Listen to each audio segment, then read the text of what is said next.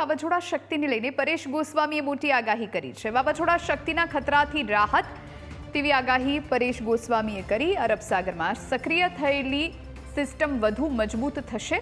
અરબ સાગરમાં સક્રિય થયેલી સિસ્ટમ મજબૂત લો પ્રેશર બની 24મીએ લો પ્રેશરમાંથી ડિપ્રેશનમાં ફેરવાશે। ગુજરાત અને મહારાષ્ટ્રમાં અતિ ભારે વરસાદની આગાહી કરાઈ। દક્ષિણ ગુજરાતના તમામ જિલ્લામાં ભારે વરસાદ પડશે। મધ્ય ગુજરાત અને સૌરાષ્ટ્રમાં મધ્યમ વરસાદ પડશે।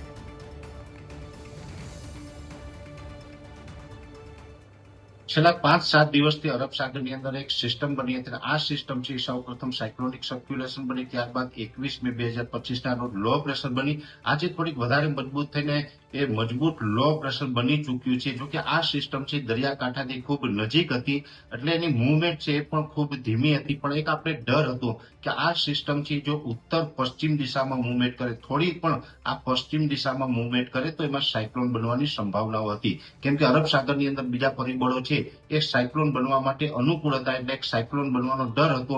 પણ આ સિસ્ટમ છે એ આજે મોડી રાતથી એમાં મૂવમેન્ટ થવાનું ચાલુ થયું છે અને અત્યારે એની મૂવમેન્ટ છે એ ઉત્તર પૂર્વ દિશા તરફ છે, એટલે કે પશ્ચિમ દિશા તરફ મૂવમેન્ટ નથી। એટલે સાયક્લોનના ખતરામાંથી ક્યાંય ને ક્યાંય હવે આપણે બચી જશું। જો કે હવે આ સિસ્ટમ છે એ સતત ઉત્તર પૂર્વ દિશા ઉપર મૂવમેન્ટ કરવાની છે, જેથી કરીને આપણે હવે સાયક્લોન બને તેવી સંભાવનાઓ ખૂબ નહીવત છે। એટલે સાયક્લોનના ખતરામાંથી ચોક્કસથી આપણે બચી જશું। પણ આ સિસ્ટમ છે એ વધુ ને વધુ હજી મજબૂત થાય તેવી શક્યતાઓ છે। લગભગ આવતીકાલે 24 મેના રોજ આ સિસ્ટમ છે એ લો પ્રેશરમાંથી મજબૂત થઈને ડિપ્રેશનમાં ફેરવાય તેવી શક્યતાઓ છે।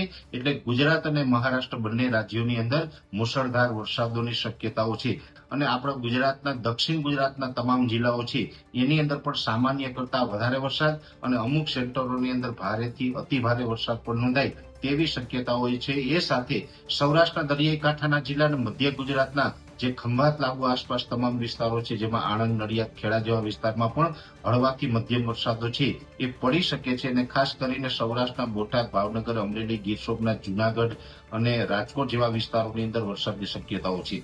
અત્યારે આ સિસ્ટમ છે એ મૂવમેન્ટ કરવાનું ચાલુ થયું છે, એટલે ફાઇનલ થયું છે કે એ સાયક્લોન નથી બનતું, પણ ચોક્કસથી આ એક ડિપ્રેશન છે એ બની રહ્યું છે। અને આ ડિપ્રેશન છે એ ગુજરાતના અનેક વિસ્તારોની અંદર વરસાદના રૂપમાં અસર કરશે। આ વરસાદો છે એ છૂટાછવાયા લગભગ 30 અથવા તો 31 મે સુધી રાજ્યની અંદર જોવા મળે તેવી સંભાવનાઓ છે। અને આ વરસાદો જ્યાં પડશે ત્યાં થોડુંક ગાજવીજ અને પવનનું પ્રમાણ પણ જોવા મળી શકે। એટલે ગાજવીજ અને પવન સાથે વરસાદો છે એ આ આખું અઠવાડિયું એટલે કે મે મહિનાની 30 અથવા તો 31 તારીખ સુધી નોંધાય તેવું એક અનુમાન છે। પણ મોટા સમાચાર એ છે કે સાયક્લોનના ખતરામાંથી હવે આપણે બચી જશું, પણ ચોક્કસથી વરસાદો છે ગુજરાતની અંદર નોંધાવાના છે।